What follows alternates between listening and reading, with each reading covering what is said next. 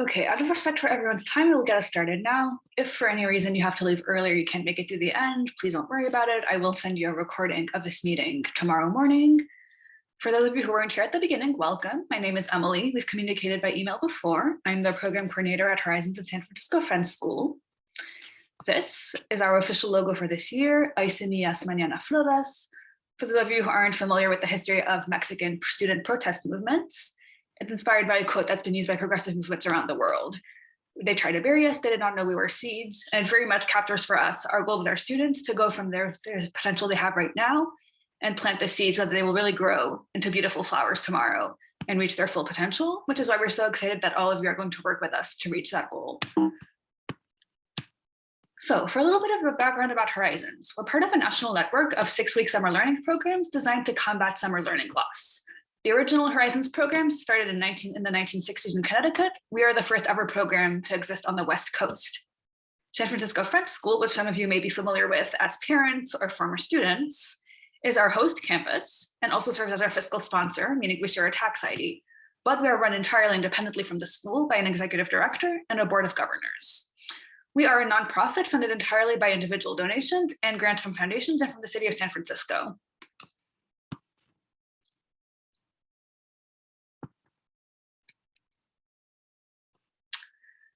So in San Francisco, we've been operating since 2014 in partnership with SFFS. We support students from kindergarten through 8th grade from 3 public and charter schools in the Mission. One of these is Man, which is one of the only entirely bilingual programs in the city, Marshall Elementary, and Mission Prep, which is one of the best charter schools for low-income students in the city of San Francisco. And historically, as I mentioned, we have operated primarily as a summer program, and a lot of our involvement with volunteers has been having high schoolers come with us during the summer to serve as classroom assistants, work with students, etc. This, incidentally, for those of you who are high schoolers, will definitely be an option this summer. So if at the term of your tutoring, you're interested in joining us during the summer as an in-person classroom volunteer, feel free to email or text me and I'm happy to chat more about it. Otherwise, however, this is our first real expansion into having year-round volunteer service tutors. Our tutoring program began last semester in the fall, serving about 35 students. With all of you joining us, we'll be serving nearly 50. So this is a really exciting time of growth for us. And again, we're very excited you're joining us.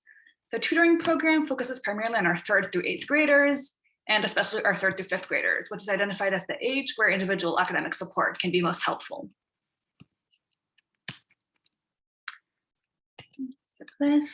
So to give you a little more of information about our students and teachers, as I mentioned, our students come from 3 public and charter schools around the city. They are referred directly by their teachers who believe that they would benefit from exposure to a program like Horizons. So what we do is that we recruit students in kindergarten, we typically recruit students in kindergarten and then keep them in the program every year until 8th grade. So a lot of the students that you'll meet have been in the program since they were very young, have known the other kids in their class since they were very young, and are all part of the same community. We really place a lot of value in having that close-knit, tight community feel and in creating long-term relationships between our teachers, our students, our families, and ourselves. In summer 2022, we'll be serving 166, that should say K through 8, but we'll be serving 156 K to 8 students. It'll be our first ever summer being at full capacity serving K to 8 students. Again, we're excited to have arrived at this level. 2/3 of our students are identified as below grade level. That can honestly mean a lot of things depending on the individual teacher in school, but generally it's understood to mean students who in one or multiple areas are not where they should be according to the California Common Core standards. So that could be a student with, an IEP and severe learning disabilities, or a student who's a newcomer and who just hasn't reached the level they should be at in English. For typical students of that age, or a student who may be having some struggles with a specific subject, we have a very wide range of learner profiles. About 89% of our students speak Spanish at home, and about 50% are English language learners. You'll find that some of your families may talk to you about their desire to see their student be reclassified. That's being placed in mainstream English courses versus English language learner classes. Another criteria for entering Horizons is high attendance at school. I think you'll find that many of our families, even when they don't always have the time or the ability to be involved in their students' education, very much care about being present and are always eager to hear about their progress, to communicate with their teachers, to show their gratitude for the people who work with their students, and are very excited to hear about their progress and very willing to support them however they can. Of course, that's not always possible for everyone. A lot of our families work long hours in the food service and service industries. So if you're ever having any communication issues with your students' parents, I am very happy to step in and support however I can. I think you'll find that around 97% of our families are primarily Spanish speaking. I think I've mentioned before that we mostly communicate through text. If you ever need translation support, I'm happy to help. If you text your chosen family in English, I think you'll find that that usually will not be an issue and they will be able to translate on their own end. Okay, I think I've just given you a bit of a rundown on who Horizons is as an organization. Do you have any questions right now? I can't see all of you, so do please unmute if you want to say anything. No? Okay, let's keep going. And I do speak very fast, so my apologies if I am going too fast at one point. Do please tell me to slow down.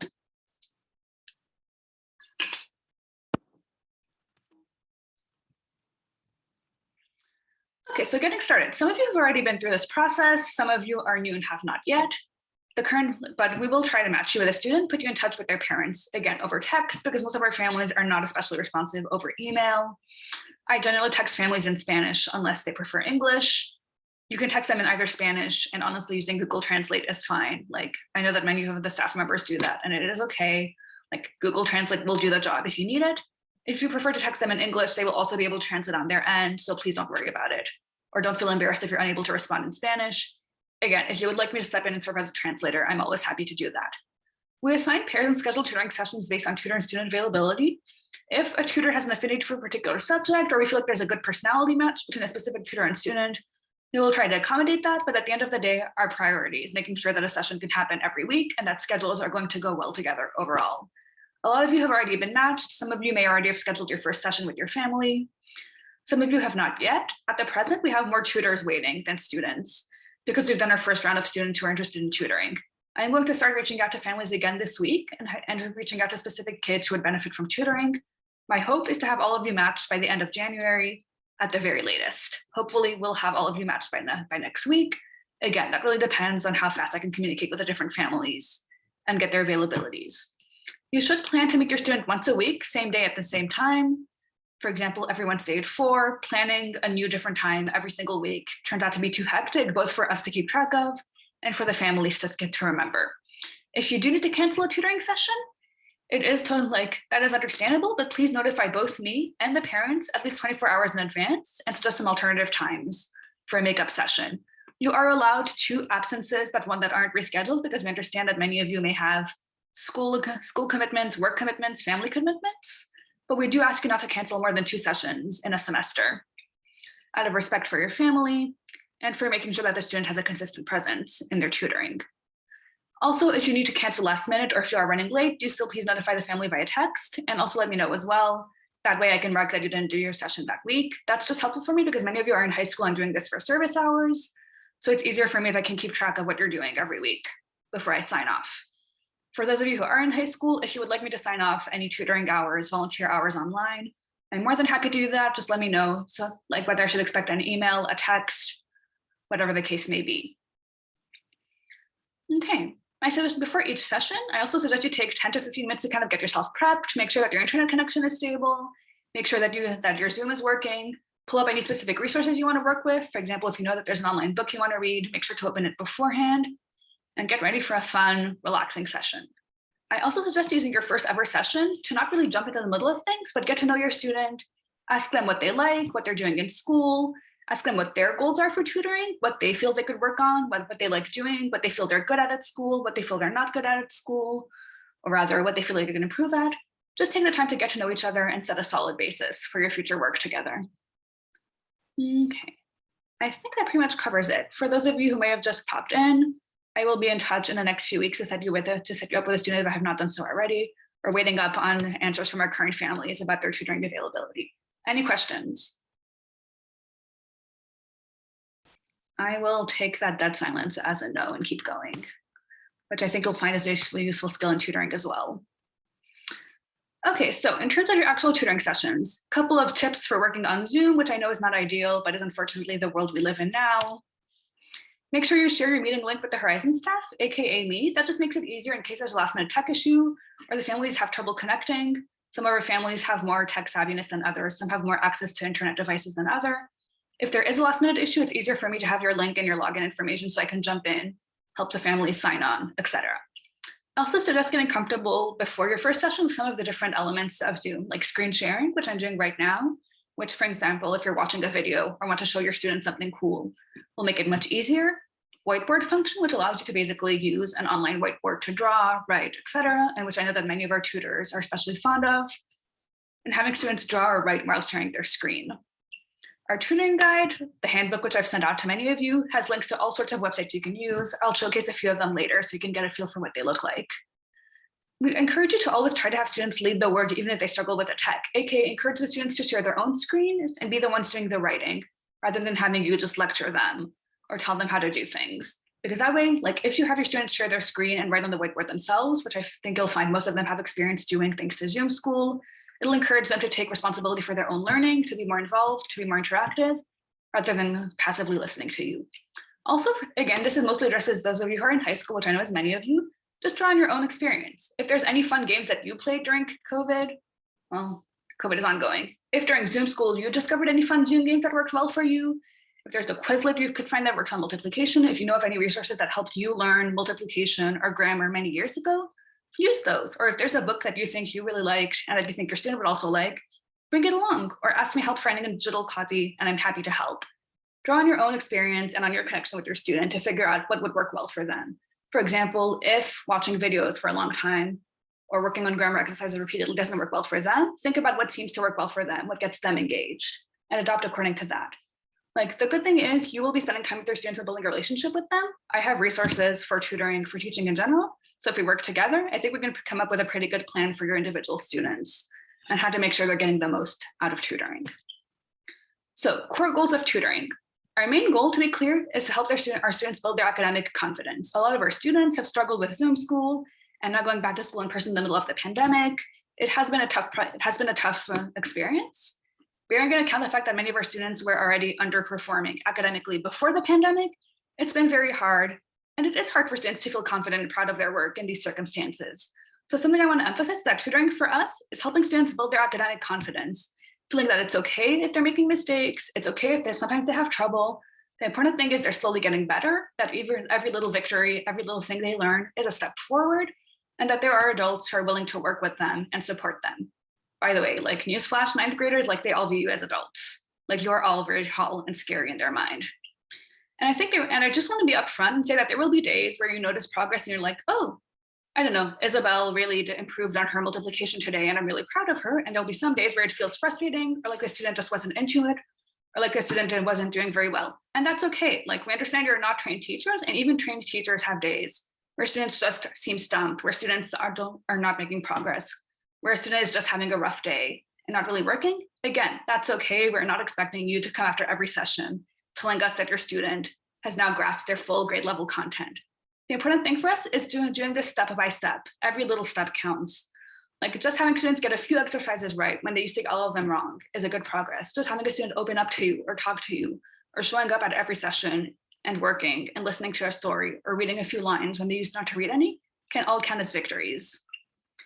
And also, this is not a time for like very intense academic progress. This is also a time for students to get low stress practice of their skills, work on skills with an adult that they trust and that they feel comfortable with, help them build fluency reading, make connections between different activities, maybe discover some new games like grammar games, math games that they didn't think of before, but that makes them see academic topics in a more fun light. This is a low stress zone where we really want to emphasize relationship building and students feeling proud and confident of what they can do academically. And again, I do want to emphasize relationship building again. I've said this about 10 times since the start of this Zoom, but the more a student trusts you and knows that you have their interest at heart and can build a relationship with you, the more they'll be receptive to working with you, to trying new things, to telling you when they don't understand something. Because if you're just getting into homework straight in the start of it and being like, okay, let's do all your homework now, they'll feel nervous about making mistakes. When they don't understand something, they won't feel comfortable telling you I don't understand. They'll just try to get over as fast as possible. If you take the time to tell them, sometimes I have trouble with this. This is something that helps me. What do you like to do? What's something that you think would help you?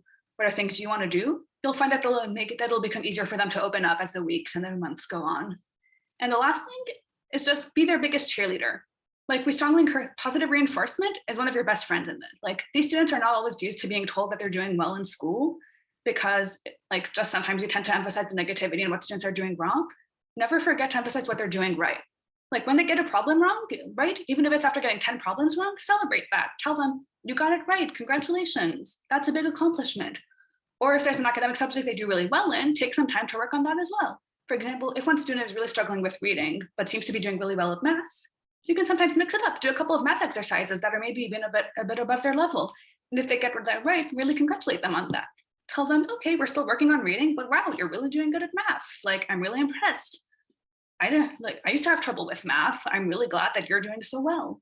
It'll make them feel better, and making them feel valued is really how they're going to become more comfortable and more prepared to work on their academics. Okay, any questions after that torrent of pedagogy? No? Okay, so I want to just go through a couple of challenges that have popped up. The number one challenge you might come into is a student who will just start by saying, I don't have homework, and who will miraculously never have homework any weeks.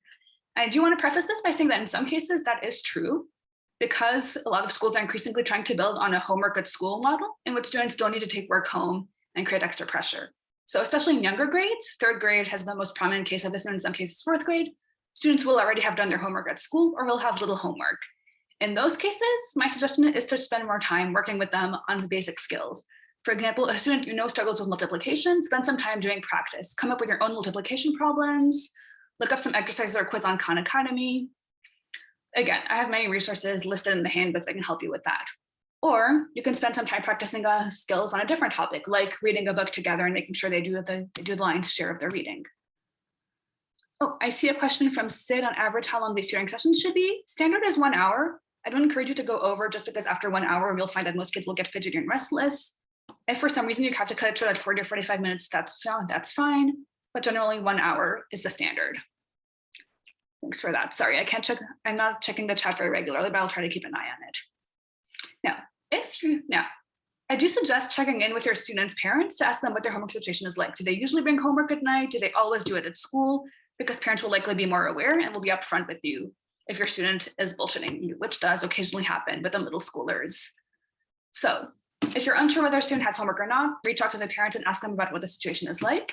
If they tell you that your student does not usually bring home homework, work on more academic enrichment activities, practicing core skills. If they say that they do in fact usually bring homework home, I suggest having a talk with their student, not accusatory, just gently probe. Well, you say you don't have any homework, or you did all of it. Well, what homework did you have before? When did you complete it? Was that hard? Who helped you do it? Was there anything you had trouble with?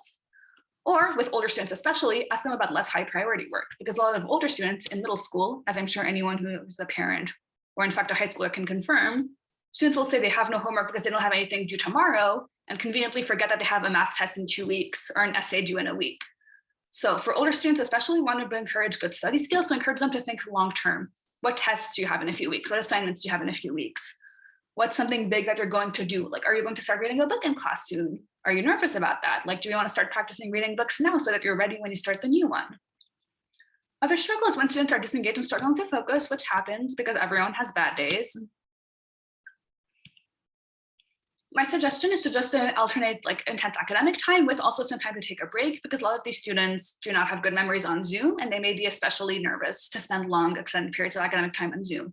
So my suggestion again, break it up. For example, always reserve 5 minutes at the beginning of the lesson to socialize, catch up, ask what you did during the weekend, what you're doing in school, ask them about anything exciting coming up. For example, I think you'll find that with the holidays, students will want to talk endlessly about what they did during the holidays and during the new year. Factor in a couple of breaks to exercise their bodies. I think you'll find especially younger students, 3rd and 4th grade, will be happy to literally just like dance on the spot, do jumping jacks, run around the room.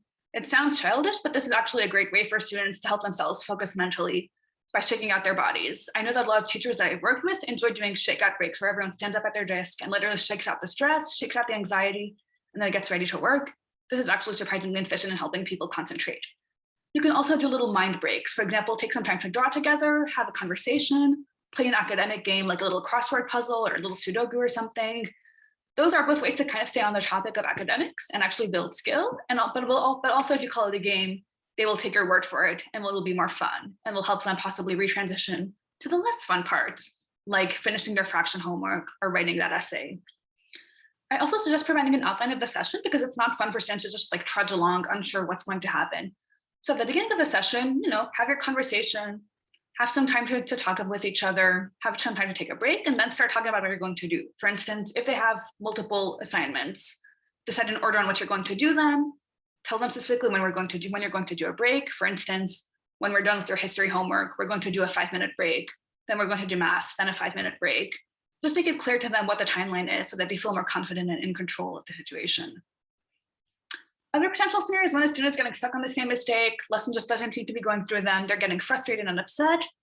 I suggest in that case not pushing it further, because this, like, again, Zoom is not the best place for a kid to have a little meltdown.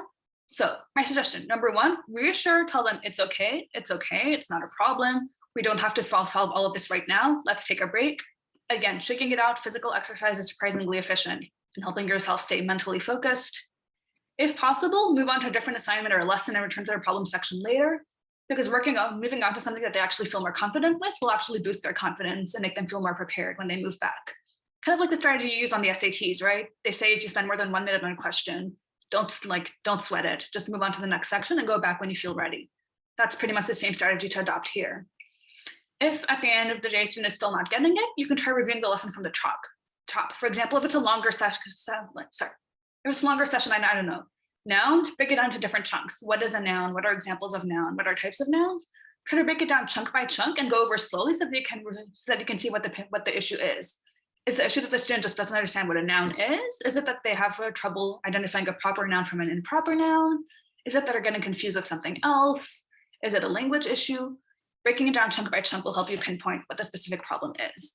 And again, if you're still unsure, if there's an issue that seems ongoing with your student every week, do let me know and I can help you find some more specific resources, or to hopefully chat with their summer teachers and figure out whether this seems to be a recurring issue.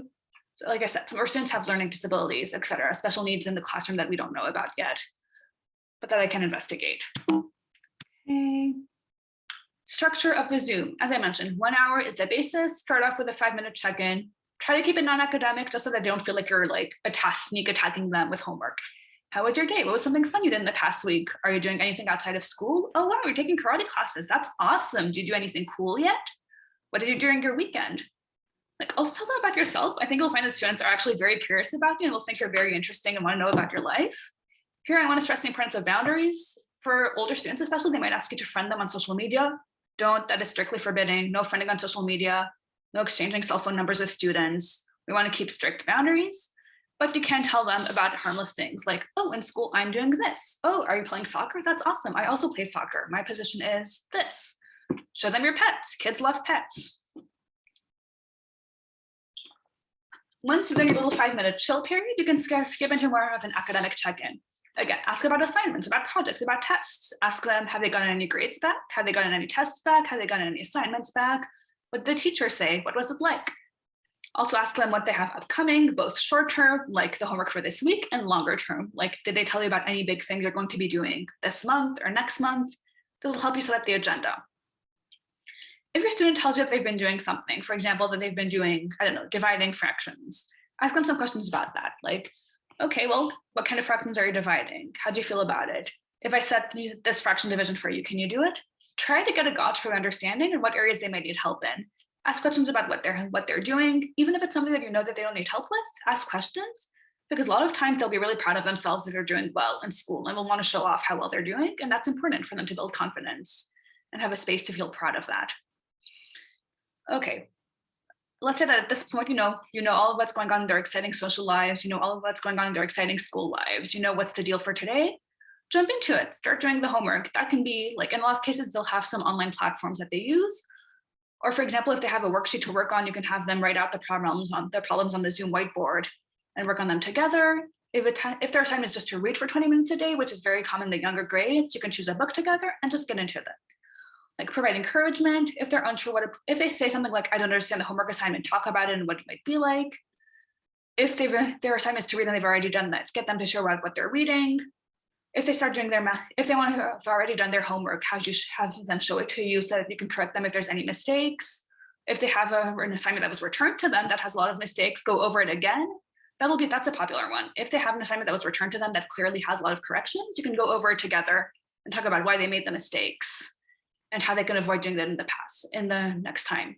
Again, feel free to give them a little break about halfway through, like little move around break, little mental break, all these can help. Like last thing is try to close the session with intention. Don't just be like, oh, okay, we're out of time now, bye. But try to take some time to actually talk about what they did. Like, okay, today we did this, this, and this. Ask them what's left to do. If you're not going to be able to finish the assignment next week, ask them how they're going to finish it on their own, set up a plan for that. For instance, okay, we made your intro and conclusion. So what do you have left to do? You have to write out a plan for 3 body paragraphs. How are you going to do that? Who's going to help you review them? Who are you going to talk to if you have trouble? Or if it's something you are going to work on with next week, make a plan for that. Okay, next week I want you to bring this and this. Or next week I want you to have already finished this part so we can start working on it right back again. Like, try to make sure that they leave with a clear idea of what the next steps are and also with a clear idea of what they've done. Also, take some notes on the session to be prepared for next time. I have a debrief form, which I ask each tutor to fill out after every session, in which you just recap very basically what you worked on. To be clear, I don't use these debrief forms to like spy on you or track what you're doing or like call out those of you who aren't doing enough. It's just a helpful way for me to notice if there's any issues, if any struggles seem to be happening on the students' end, if I can help you with anything. I don't have time to text everyone every week, so these debrief forms are a nice way for me to catch any issues and reach out to you if I want to follow up about anything. It's also a nice way for you, I found, to kind of keep track of what you've been doing with your student. Okay, now some helpful resources for those in case you're not doing homework with your student, or in case they're using the I don't have homework excuse, or if they in fact don't have homework and you want to practice something extra. And I think you might have seen many of these in the handbook, but some of these are newish, so I just want to give you a quick walkthrough. Some of these may be familiar, some of these you may have your own ideas for things you can use. If you ever have a suggestion, I'm very open to hearing them. Please let me know. I'm happy to add more to my large resource list. Khan Academy, I know that all the high schoolers in this room are probably very familiar with this. Khan is great for math because there's actually a pretty interactive component, and that you can get like both little interactive quizzes, little interactive practices. Like the kids really like the quizzes because you get a little congratulation emoji at the end. Like there's actually tons of potential exercises that save you from having to come up with your own math problems, which is why I really like it. And again, Khan is really great in math for all grade levels. As you can see, there is a reading and language art part. That's much less developed because it's very new, so I don't encourage using it just because it's like 2 lesson plans that aren't very sequential. For Khan, I really recommend focusing on the math because that's their strength. If your student is also having trouble understanding the math lesson, you can occasionally try watching a video with them to see if that helps, because some students are just more visual learners and a lot of teachers will not use videos in the classroom because it feels like cheating. But it just happens that there are some students for whom like the visual audio combination actually works really well. And maybe that'll be the case for them. And if it does, that's okay. Or maybe you're not sure, like you have to help them with a math concept and you're not entirely sure how it's taught. Watching the video on your own will give you a refresher.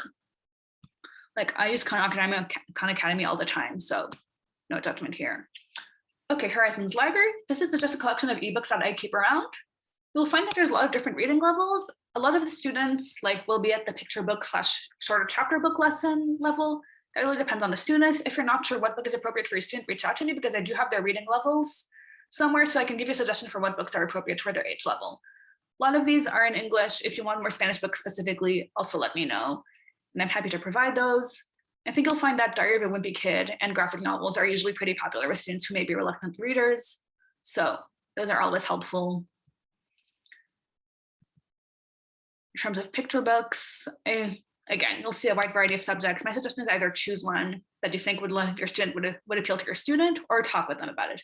And again, if there's something you know that your student really likes, for example, if your student's obsessed with dinosaurs and I don't have any dinosaur books here, let me know. I'm happy to find the appropriate book and help it match it. Or if you have kids' books laying around your house and you want to do a read aloud together, holding up the book to the screen, I don't know how that would work logistically, but you're welcome to give it a try as long as your student can do the reading. There is also a project called Open Library where you can create a free account to get access to children's books. So if the Horizons collection is a little too short for you, let me know and I'm happy to help you set up your Open Library account.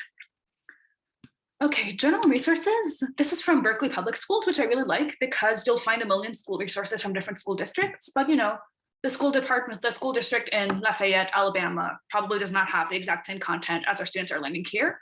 So what I really like about the Berkeley Public Schools is that they have a very close relationship to San Francisco and that they're basically learning the same content.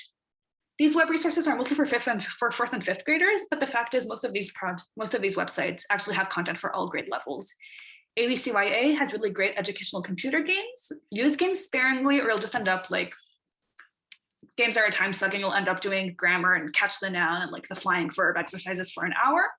But using them sparingly, for example, okay, if we finish all your homework, we'll play the grammar game. Or I know we like that fraction game, so if you finish your homework now, we'll play 1 round before we log off. It can be a nice way to be both a motivator and also a helpful break. They also have suggestions for kind of everything. They have a Jeopardy game for verb agreement. They have books. They have spelling lists. This is one of my favorite resources to go to when I'm out of ideas. Kid at 12 Reader, this is a very ELA focused website. The one annoying thing with this one is that it's very much worksheets that are printed out, which is not necessarily, very helpful for Zoom tutors. But they also provide some helpful resources. For example, they have spelling worksheets for every single grade, which shows you all the grades that they should be spelling, all the words that they should be able to spell at their grade level. And that can be something to get creative with. For example, pick a couple of the words from the worksheet every week and practice writing those down, making a story out of them. Or if you know your student is struggling with punctuation, look at what some of the ideas for things are. Even if you can't print the worksheets, it can give you good inspiration for games to play, exercises to do, etc. Okay, California Common Core Standards. These, I'm not going to lie and say that this is an interesting read because it's not. It's a very long, essentially, book about what the California Common Core Standards are like for both math and ELA for every single grade level. I do think it's a helpful read if you have the time to focus on your grade level because it gives you an idea of what they're actually doing, what their teachers' goals are. If your student seems behind, you can see what last year's level was and what they seem to have missed out on. It's helpful for getting an idea of what concretely they're supposed to be doing and what the expectations are. Even if it's like worst case scenario, it ends up being good for dinner party talk where you can sound very knowledgeable about education policy. So win-win. And last thing, Turtle Diary and ABCYA, educational games, mainly grammar and math. Again, use them sparingly, like as a reward or to close off the session as a fun thing. Turtle Diary has a couple of quizzes. I found them to be a little above grade level and a little overly complicated, but those can always be helpful as a tool for assessment. Or for example, if your student tells you, oh, we're done with fractions in school now. Oh, you're done with fractions. Okay, well, let's review the little fraction test in Turtle Diary and see how you're doing. Some of your students may also have been on these websites and have their own favorite games. My suggestion is poke around a little bit and see what seems helpful for you, or you'll just get lost into like a time warp of just looking for games for an hour with them. Time flies by quickly. Okay, that is the end of the presentation on my end. I've done a lot of talking. If you have any questions, please unmute or send a message in the chat. I will stick around for a couple of more minutes again to answer any questions you might have. Yeah, Niall? Sorry, Neil? No, you're right, Niall. Excuse me, and thank you, Emily, for the presentation. Very thorough and helpful. And I am grateful to be participating. I joined about 10 minutes late, so apologies if you already covered this in the intro. But I'm curious if the student, from my understanding, the tutoring program within Horizons is a new offering this year. Is that right? So I'm wondering if students would have had this kind of relationship before. Would they be familiar, or do we expect that this is going to be kind of a new thing for them? And I'm curious if you have a sense of like, are they opting into the tutoring portion, or are all students that participate in Horizons kind of required to participate? Yeah, those are great questions. So that really depends on the individual student. Some of them have had tutoring through their schools or through like outside organization like Boys and Girls. We did have some students who were being tutored by Horizons volunteers last semester, and the volunteers or like the tutor had to step out for some reason. But they've all already been matched to new tutors. Some of you already know your student. In your case specifically, like you would be assigned to a new student who has not received tutoring through us before, but they might have through an outside source. If they have, I'll let you know. In terms of opt-in, like tutoring is not a requirement in that like we haven't officially told everyone they have to be in tutoring if they want to be in Horizons. We are planning to get there because we think that tutoring is beneficial for all students of all ability levels. So that's our end goal, but right now it's an opt-in program. A mix of just handing out a flyer to families and having them fill it out, or reaching out to specific families that we've earmarked for tutoring and asking them how they feel about it, which is usually like very positive. In terms of your individual students' attitude towards tutoring, I mean, that just depends really on that particular kid. In general, parents are very enthusiastic about Horizons, so they'll tell the kid to be enthusiastic about it and tell them that it's a good thing. Of course, how much the kid buys into that, again, is an individual matter. Though, as I've said, I find that individual relationship building will help. But yeah, if your student has received tutoring before or is getting academic support at school or through some other organization, I will let you know. Unfortunately, we have limited contact with the year-round schools just because schools are so hectic right now that they cannot like follow up with us about every single of the 156 kids we want to talk about. But I'll try to get you as much up-to-date information as I can. Does that answer your question? Great. Yes, it does. Thank you. Great. Anyone else?